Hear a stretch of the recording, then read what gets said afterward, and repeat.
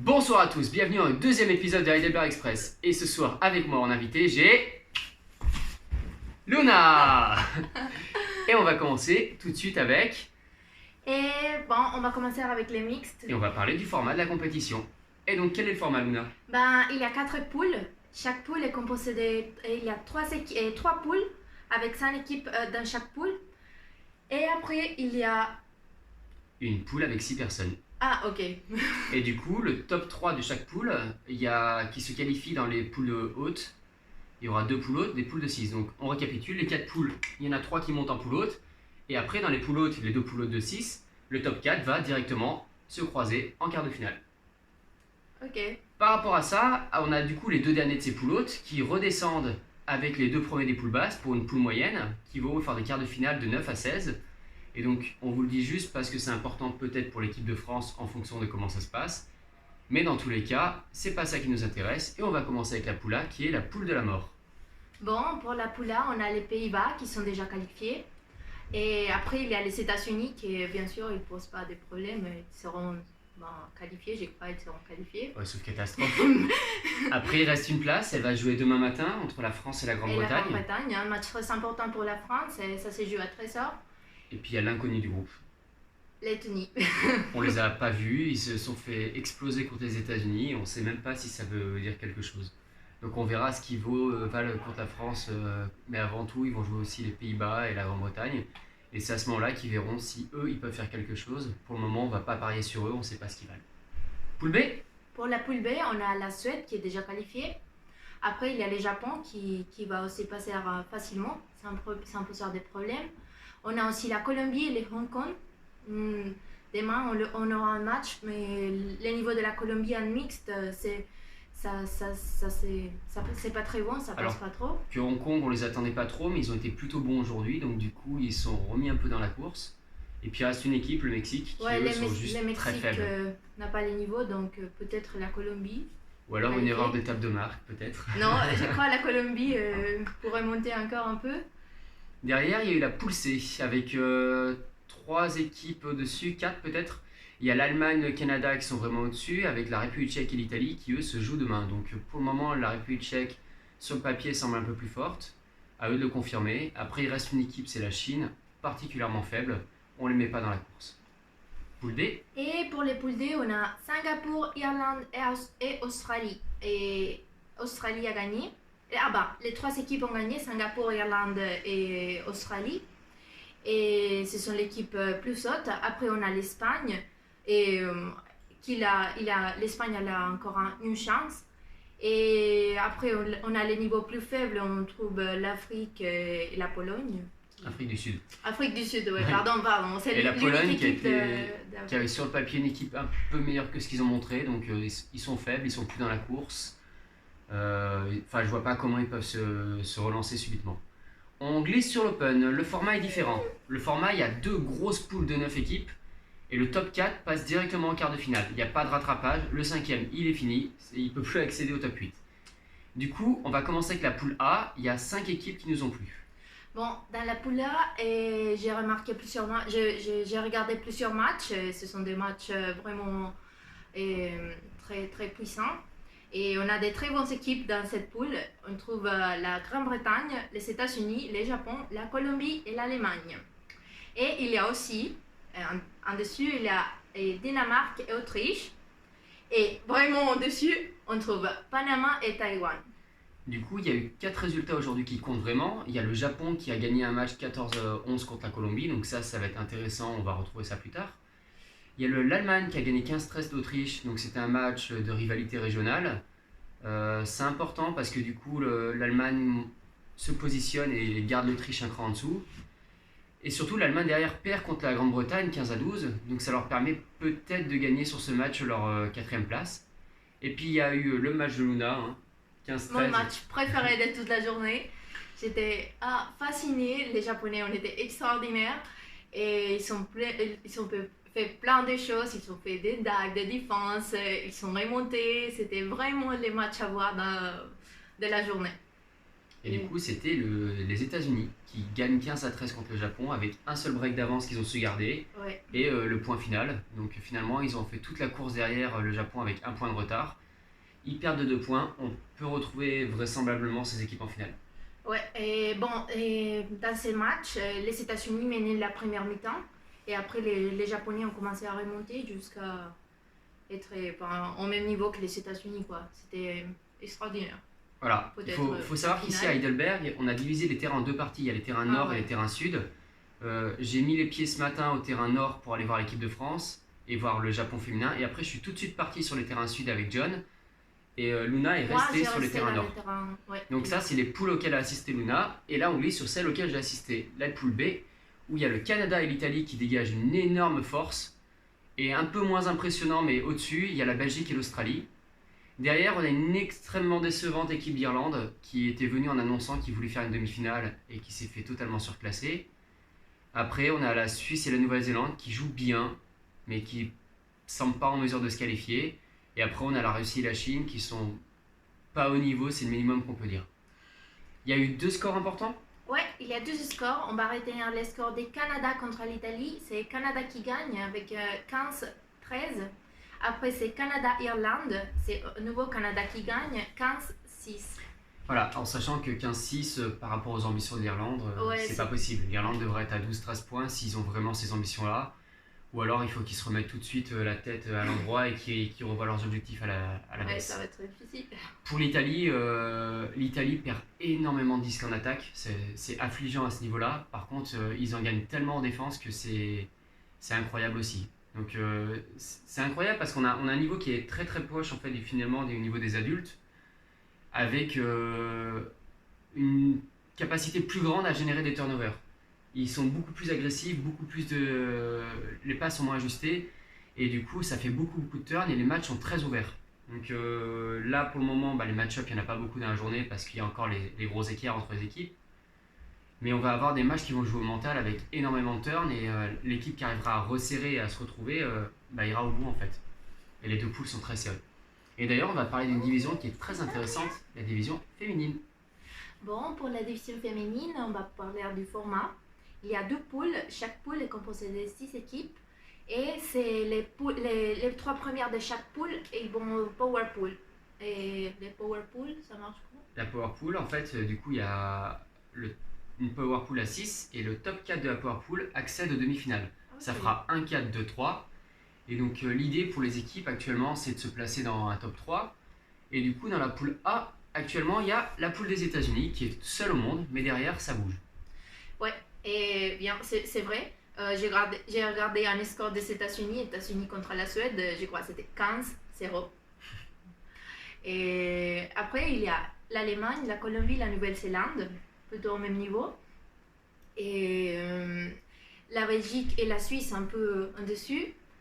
Et au niveau des scores, qu'est-ce que tu peux nous dire au niveau des scores? On va revenir sur le match d'ouverture qu'il y avait entre l'Allemagne et la Belgique. Il y avait eu 15-1 et la Belgique s'était fait repousser. D'ailleurs, petite information, la joueuse belge qu'on trouvait correcte, en fait, elle n'est pas belge, elle est danoise.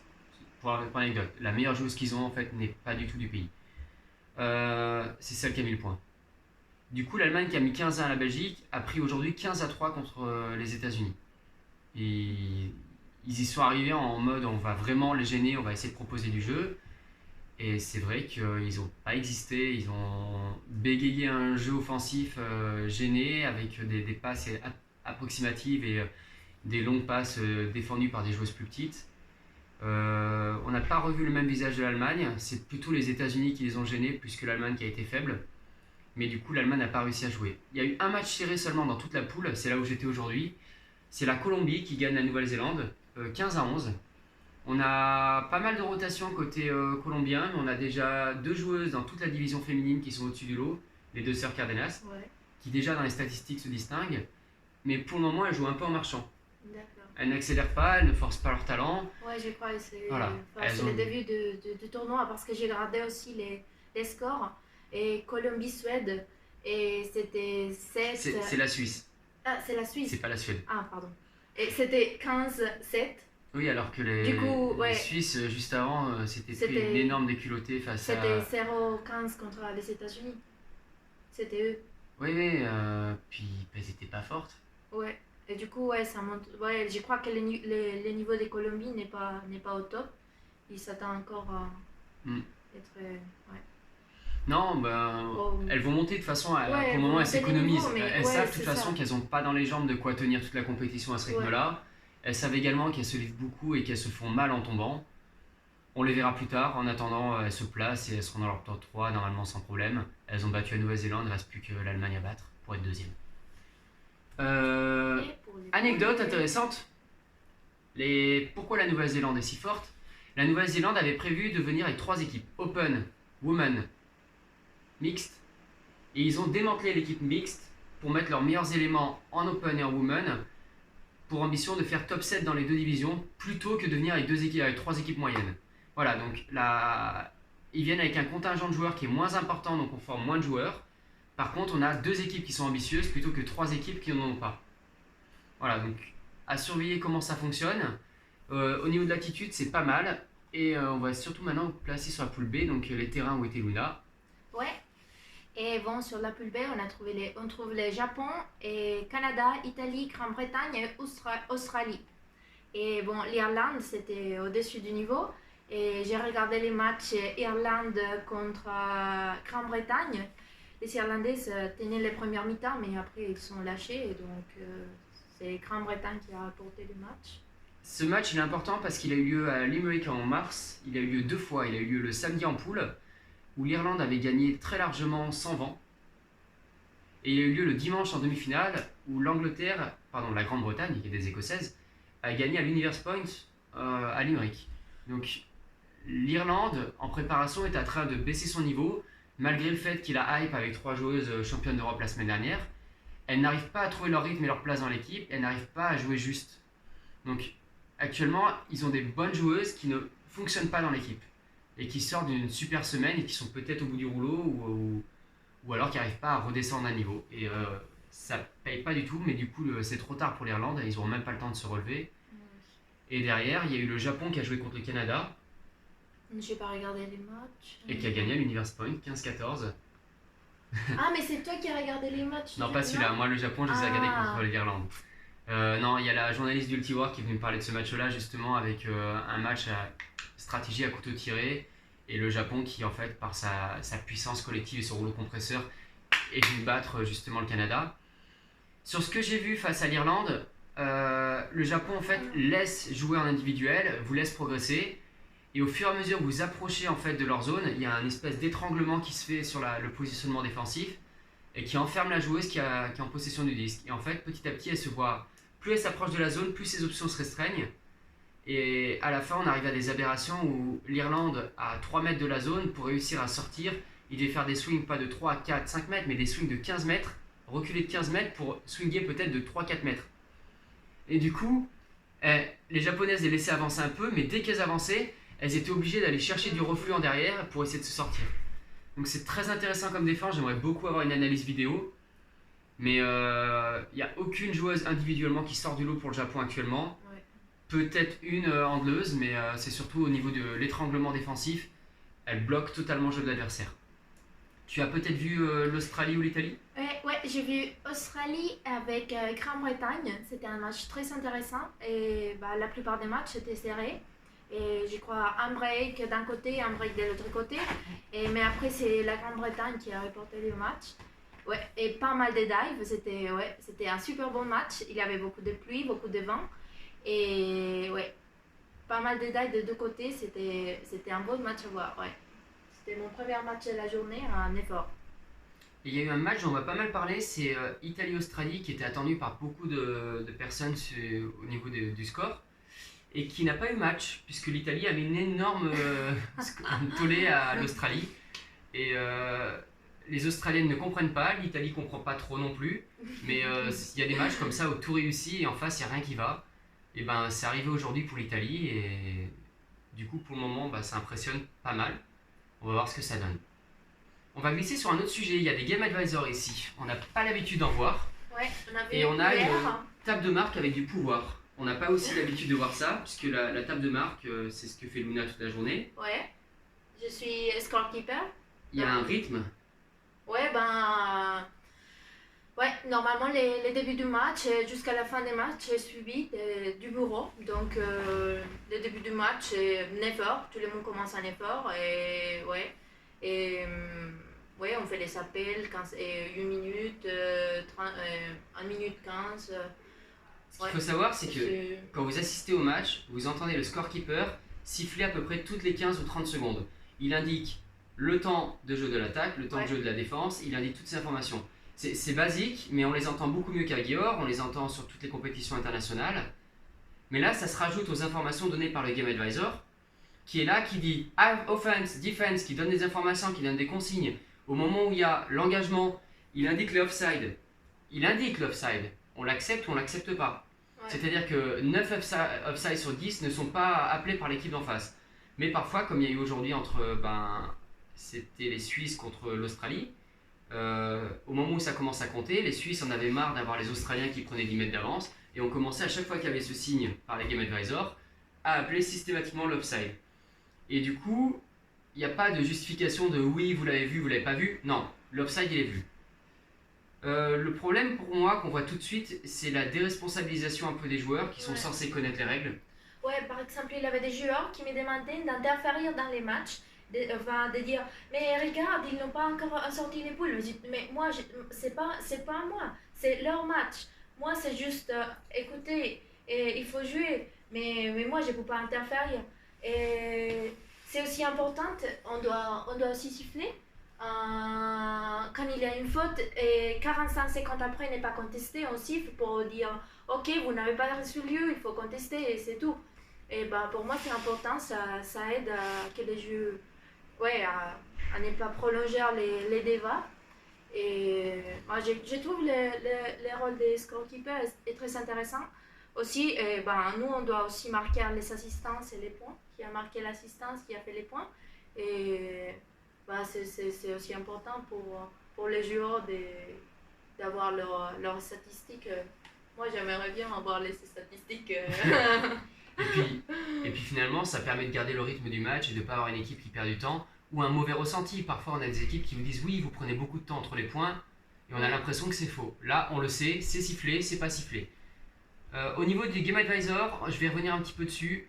C'est aux joueurs de connaître les règles. Le Game Advisor, il est là, ils sont très très présents. Vraiment. On les voit partout. Ils parlent. À chaque fois que deux joueurs parlent, ils sont là, ils rentrent dans le terrain, ils écoutent. Ils observent, ils donnent leur avis quand on leur demande. Parfois, quand on leur demande pas, mais les joueurs ont la bonne réaction, ils ne les écoutent pas. Et par contre, ils rappellent les règles aussi. Et le risque, c'est de déresponsabiliser les joueurs. Alors, c'est vrai qu'il y a beaucoup de matchs d'Ultimate où les joueurs ne maîtrisent pas les règles. Mais là, c'est un championnat du monde. Ouais. Et voir des gens qui leur disent dans le règlement, il faut faire ça, à des gens qui sont sur le terrain, c'est pas très responsabilisant. Et il faut qu'on fasse attention là-dessus pour notre sport. Enfin, je sais pas ce que tu en penses. Ouais, non, bien sûr, c'est aux joueurs de connaître les règles. Et puis, il y a toujours C'est- la ça mauvaise fait foi de partie. certains joueurs qui Ouais. jouent sur les Game Advisor pour Ouais, déplacer la culpabilité. Il y avait un Australien qui a fait ça très bien aujourd'hui. C'est-à-dire qu'il commençait à compter avant que le 10 soit ramassé. Et quand le Suisse avait le disque en main, le compte était à 4. Donc le Suisse s'énerve, il s'énerve vraiment, il jette sa casquette par terre, il fait mais non, mais c'est pas possible. Et du coup, le Game Advisor rentre, dit aux deux de se calmer, donc ça c'est très bien. Et puis après, l'Australien, pour ne plus avoir à parler au Suisse pour gagner du temps, parle directement au Game Advisor et sort de la ouais. discussion en face à face. Et du coup, il a fallu que le capitaine Spirit intervienne, lui demande de revenir communiquer avec le Suisse. Voilà, c'est un risque qui peut arriver. C'est quand on cherche le conflit pour provoquer, on provoque plus directement la personne, on provoque, puis après, Ouais. une fois que la personne est énervée, On on va déplace sur débarrer, quelqu'un ouais. d'autre pour en disant non, moi je vais bien, je vais très bien. C'est lui qui s'énerve. Ah, effectivement, s'il a un désaccord, il peut m'en parler, mais on lui dit pas à lui. Voilà. Donc surveillez ça. On va voir comment ça tourne les Game Advisor. Pour le moment, c'est plutôt intéressant à regarder. Ouais. J'en ai déjà vu avant moi. Bah, les Game Advisor, c'est juste sur les terrains où il y a les streaming. Hein. Ouais. Dans les Et du autres coup- terrains, il y a que des scorekeepers. Ouais. Alors, ça, c'est sur les terrains nord. Sur les Ouais. terrains sud, les 3 terrains en avaient. Ah ouais. Ouais. Ouais, dans les terrains du Ouais. Nord, il n'y a pas de score des Game Advisor. Ok. C'est juste dans les terrains du Sud. Avec la possibilité d'une équipe de l'appeler en plein match. S'il y a jamais un Spirit Timeout et qu'il y a besoin des Game Advisors, c'est arrivé à Londres en 2015. Chinese Taipei qui jouait contre la Grande-Bretagne en mixte. Chinese Taipei était juste odieux et en fait la Grande-Bretagne a demandé l'intervention des Game Advisors qui ont résolu une petite partie des conflits mais pas assez et se sont fait voler le match. Voilà. De toute façon, Game Advisor ou pas Game Advisor, quand il y a de la mauvaise volonté, Ouais, l'ultimate, ça marche pas. Et ça reste un match sur 50, on va pas généraliser là-dessus non plus. Merci à Et tous, bon, on se retrouve demain avec un autre invité. merci. Et en attendant, bonne fête nationale à tous et allez les Bleus.